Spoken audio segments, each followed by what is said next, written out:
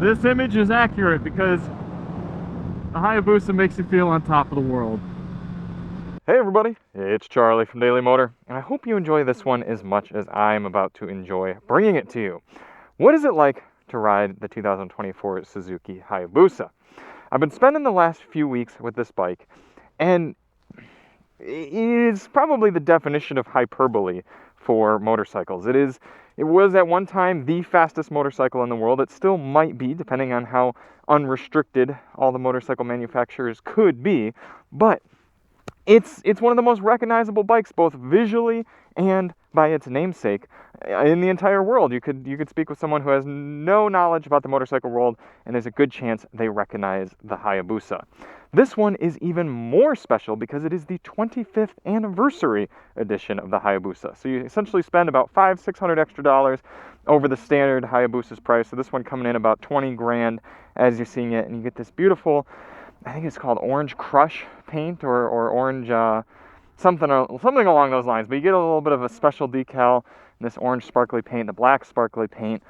Gosh, this thing turns so many heads. First time I saw it, it was while I was actually picking up the V-Strom, and it caught my eye, and I was checking it out. And then Suzuki gave me the opportunity to ride it, and I really, really appreciate that because it's a special bike both to look at and to be on and to see and be around, but it's also a special bike to ride. So that's what we're talking about mostly today.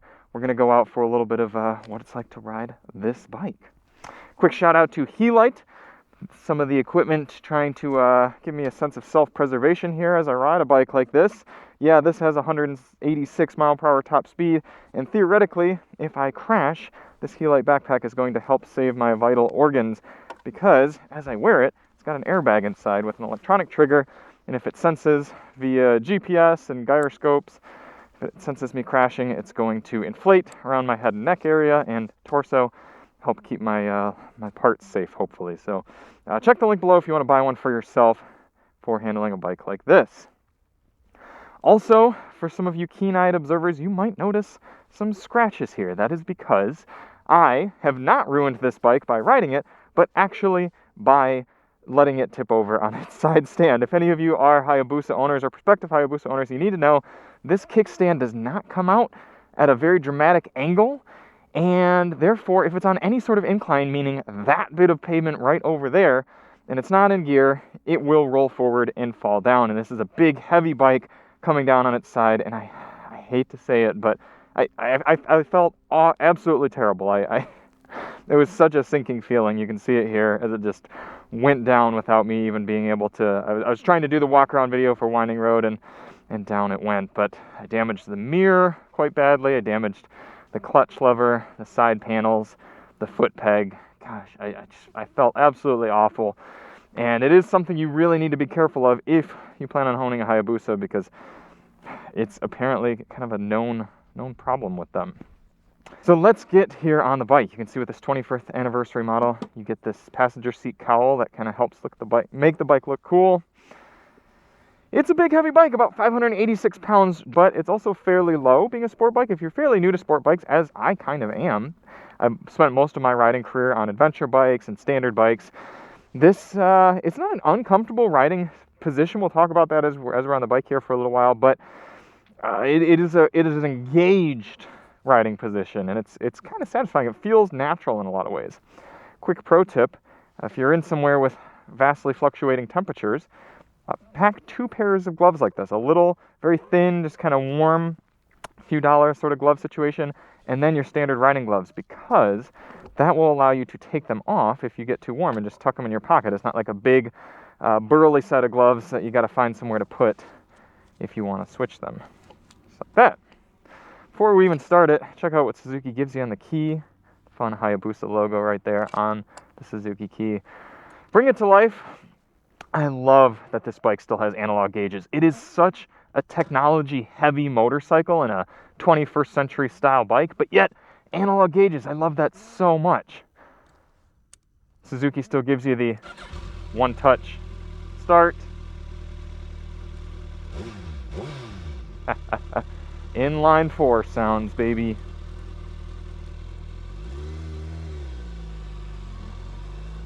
My legs are nice and tucked up underneath me and my arms are outstretched forward. And the key to riding a bike that's more sport oriented like this is you don't let all the weight rest on your palms, make your arms do all the work. You engage your core somewhat so that your core is sort of holding yourself up. You're leaning against your butt. There's still some weight on your arms depending on what sort of riding you're doing.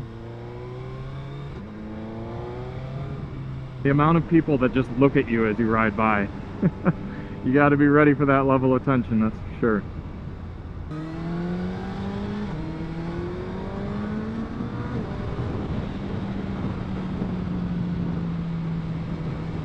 I'm gonna have to try to keep my speed down in order for you all to hear me, because there's gonna be a good amount of wind intrusion. In fact, you're probably not gonna hear all that much of the engine on the bike from the video here. So if you do want to get more of just a raw riding experience, check the link below. I'll be shooting a no talking, more audio focused riding experience with the microphone in my backpack, and that'll allow you to hear the engine a little bit more. It's the reason you're not going to hear too much of the motor from this is twofold. One, when you're not really on boil, when you're just kind of cruising around, you don't hear that much of the engine. It's a pretty mature, tame 1300cc engine, and you mostly hear wind. So I'm actually going to have to be doing some editing magic to isolate my voice a little bit and make sure you just can hear me talk. You're not going to hear much bike unless I'm really on it hard, which you can only do for limited spurts because this thing is so powerful and so fast. 186 horsepower, 110 pound-feet of torque. Plenty of power to motivate this heavy girl, heavy boy, heavy whatever, however you want to gender your two-wheeled machines.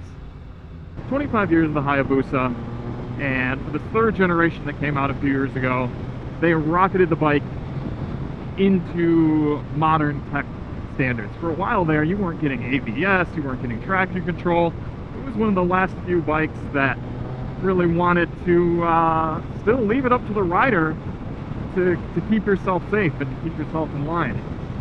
That is not the case any longer. Now we've got bi-directional quick shifter, we've got traction control, wheelie control, lean sensitive ABS and IMUs measuring all of our different inputs to give us proper amounts of traction control and braking control at all the right times. We've got not only main programmed drive modes that adjust the power level, the traction control, the engine braking, the lift control, and the quick shifter, but you can also individually customize all those from that little screen in here. So if I'm not super happy with the type of engine braking I'm getting, I can tweak that just so subtly, and that's been a really cool element of this bike, is really making it feel like you're getting a cohesive, advanced product for $20,000. Because for a while there, you're kind of buying the Hayabusa namesake and the clout and the image, but you weren't really buying an industry-leading motorcycle.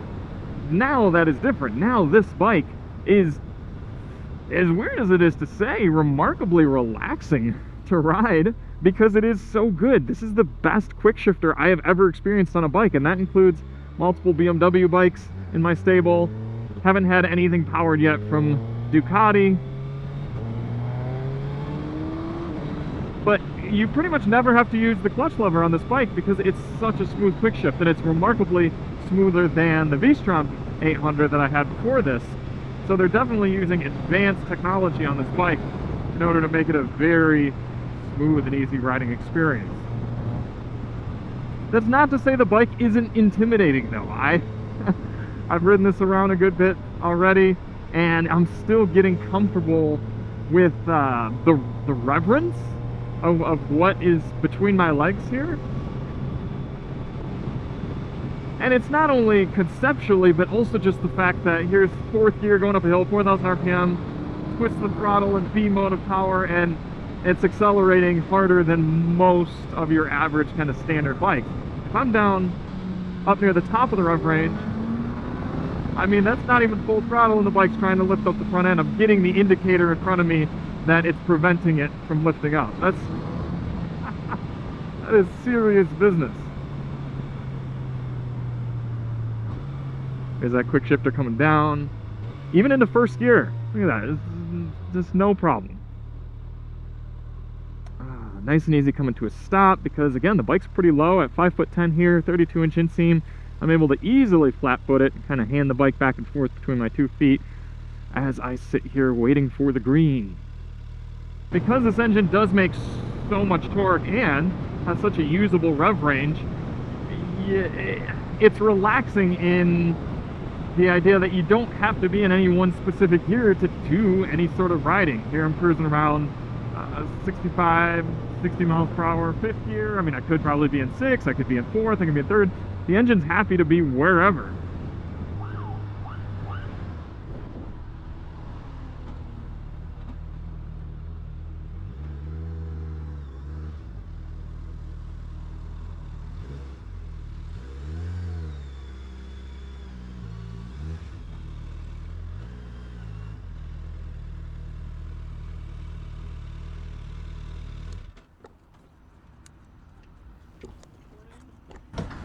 Morning, sir.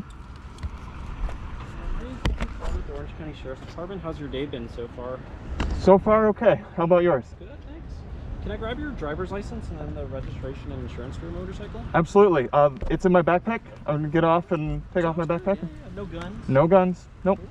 Well, I guess that's day in the life of a Hayabusa owner. So far today I've gotten fuel and gotten pulled over. Fortunately, that officer was understanding of my situation with the analog speedometer and the 1300cc motor underneath my butt, and let me off with a warning. So shout out to that guy.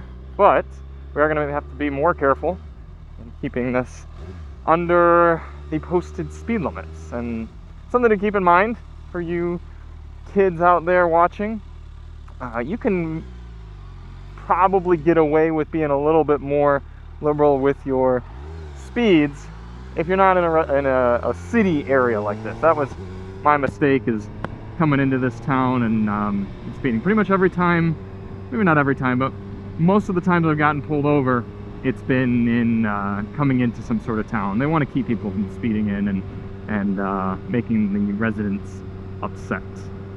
But we're gonna get out to more of the rural roads and open this thing up a little bit more. So what is it like to ride a Suzuki Hayabusa? Red and blue flashing lights in your mirror. That's pretty much what it's like. Okay, here we go. Getting into a little bit more of hopefully Federale free area, but more importantly just natural flowing motorcycle type roads. The cool thing about the nature of the Hayabusa is it's not like it's constantly begging you to go 150 miles per hour. It's not egging you on, but it is always kind of letting you know, I could do more than this. And you're like, yeah, I get it, but we're not doing that today. And then it's like, okay, fair enough. Fortunately, there is a lot of fun technology here to entertain you while you're stuck behind traffic, as you inevitably will be. The gauge in front of me, as it's set, is showing me how much I've leaned in either direction. So far it looks like I've gone 29 degrees to the right, 25 degrees to the left on this ride. Let's see if I can bump those numbers up a little bit here. Around some of these corners, it's 34. Cool. And I suppose it would tell you if you're getting up toward the top, the maximum amount of lean as well. And then there's a little indicator on the top right for how much front brake I'm applying, how much rear brake below that. And then on the left side is how much throttle I'm applying. So I suppose if you were analyzing footage from your GoPro, helmet mounted GoPro on the track, you could see, all right, here I'm applying 75% throttle, 10% throttle, etc., how much braking you're doing, and use that for data purposes. But it's also just kind of cool to know. And you can also change what you see on that main screen, but it doesn't look like it's something I can do while moving. I'll have to wait till it stops in order to make those adjustments.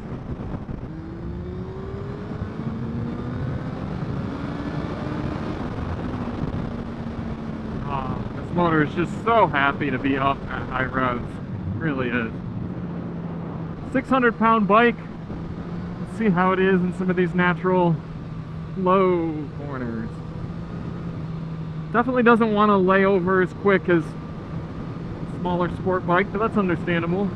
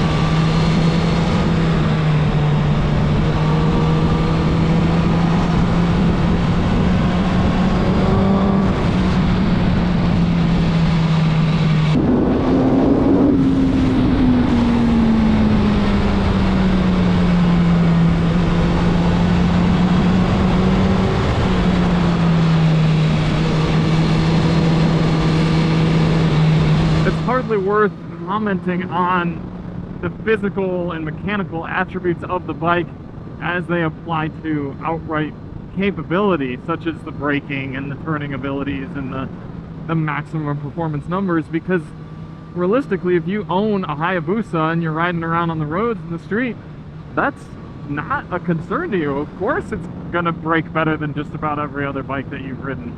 Of course it's gonna be powerful enough to get you to 0 to jail in under 10 seconds.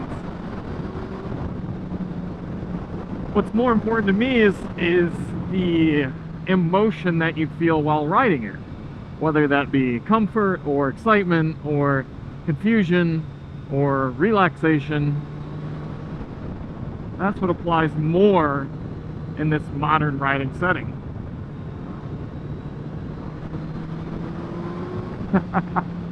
And it comes down to just the fun feeling of knowing how much reserve you have.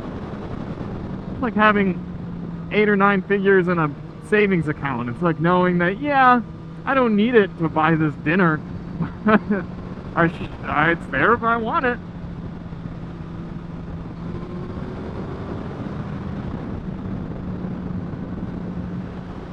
You know when Mustangs get over that you've got something serious.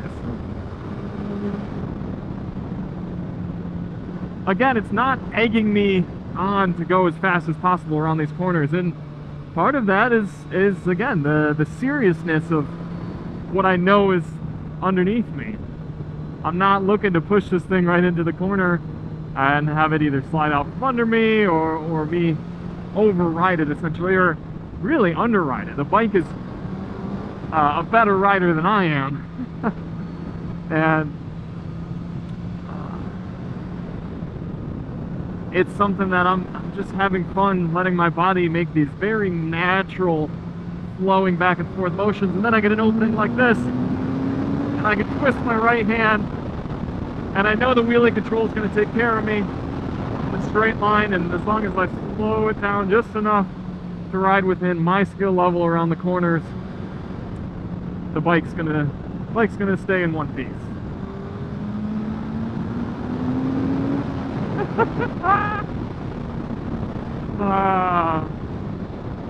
Again, what is it gonna be like to own and ride a Hayabusa in the real world? It's gonna be riding quick until you get caught behind standard vehicles again. Unless you're gonna take this thing out to the track or out to the desert or something, this is kind of your reality. What has our fuel economy been so far on this sporty section of riding? Wow, 33. That's better than I expected, to be honest. It seems like this bike kind of gets about 35 miles per gallon whatever way you're riding it, because my trip to average over the last 32 miles per gallon. My longer average is 33. So again, it seems like you're just kind of in for the mid to low 30s regardless of how you ride. As the different riding modes go, I found that B, power mode, is my preferred level because it still gives you full power if you twist the throttle all the way. But A is too manic. It's giving you this jumpiness and it doesn't feel natural. B is a little bit more akin to a linear power delivery, depending on how much you twist your wrist. The cool thing about owning a Hayabusa, especially a special edition one like this beautiful orange 25th anniversary model, is even though there are faster motorcycles out there now, like the Kawasaki H2N, the only people who really know or care about those bikes are motorcycle nerds. But the Hayabusa is cool to everybody. It doesn't matter who you are. If you're not into motorcycles, you're still gonna either recognize the nameplate or just recognize the general look of the bike, and you're gonna go, that's something special, that's something important.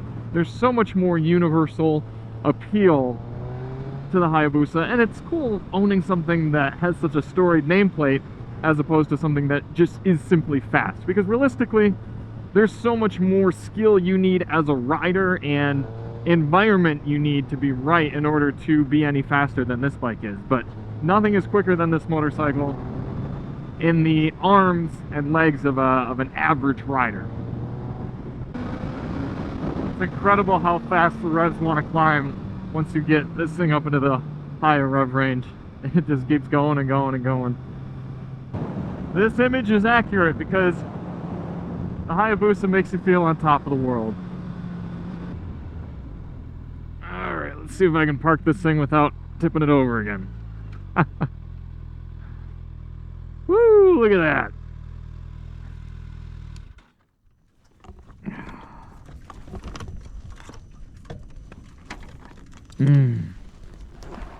If you're gonna own a Hayabusa, ride it, because that's ultimately, even this fancy 25th anniversary model, that's what it's meant to have, is to be ridden. So thank you all so much for watching. Thank you to Suzuki for trusting me with such a fun, incredible bike. And we'll see you on the next one. I'm Charlie from Daily Motor, and as always, ride on.